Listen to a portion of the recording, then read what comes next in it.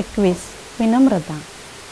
सुप्रसिद्ध जनसेवक ईश्वरचंद्र विद्यासागर यांचा जन्म 26 सप्टेंबर 1820 रोजी पश्चिम बंगालमधील मिदनापूर येथे झाला होता. महाविद्यालयात संस्कृतचे प्राध्यापक असताना एकदा ते उन्हाळ्याच्या सुट्टीत गावाला गेले होते. आगगाडीतून खाली उतरताना त्यांच्या मागोमाग त्यांच्या महाविद्यालयातील एक विद्यार्थी देखील उतरला.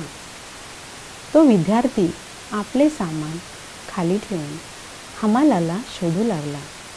तेथे हमाल न मिळाल्यामुळे तो चिंताग्रस्त झाला. त्यावेळी ईश्वरचंद्र विद्यासागर त्याच्याजवळ गेले. अत्यंत नम्रतेने त्यांनी त्याचे सामान उचलले आणि स्टेशन बाहेर घेऊन गेले. तो विद्यार्थी जेव्हा त्यांना पैसे देऊ लागला तेव्हा विनम्रतेने त्यांनी ते घेण्यास नकार दिला.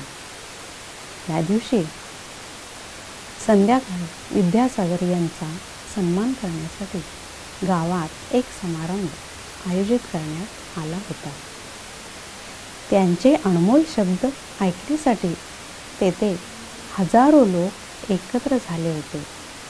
तो युवक देखील तेथे आला होता. ईश्वरचंद्र विद्यासागर यांना बघून आणि त्यांचे भाषण ऐकून त्याचे मन आत्मग्लानी करू लागले. त्याला खूपच पश्चाताप झाला. त्याने ईश्वरचंद्र विद्यासागर यांच्याकडे जाऊन त्यांच्या पायावर नतमस्तक होऊन त्यांची माफी मागितली. यावर विद्यासागर यांनी आपल्या हाताने त्याला उठवले आणि ते त्याला म्हणाले, मुला, माझी क्षमा मागण्याची काहीच आवश्यकता नाही. तू परमेश्वराची क्षमा माग, ज्याने तुला हे श्रेष्ठ मानव शरीर दिले आहे. मेहनत कर, आपले आणि आपल्या देशाचे कल्याण कर. त्यासाठीच परमेश्वराने तुला शक्ती, बुद्धी, धन आणि संपत्ती दिली आहे. कष्ट केल्याने कोणीही छोटा होत नाही, तर स्वावलंबी बनतो.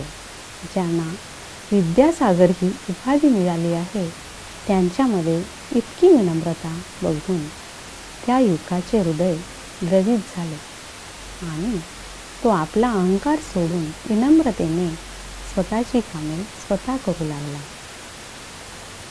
ईश्वरचंद्र विद्यासागर यांचे निधन 29 जुलै 1891 मध्ये झाले.